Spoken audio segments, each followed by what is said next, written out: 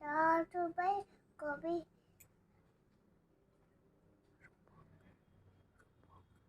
রূপক দত্ত নাচ।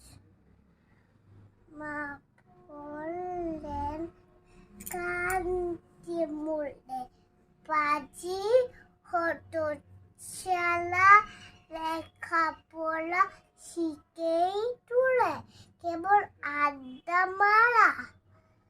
নীলঘাট তুই ফেল করবি, গোল্লা পাবি আলো, একই ক্লাসে থাকলে বুঝি বুদ্ধি ঘুরে কালো।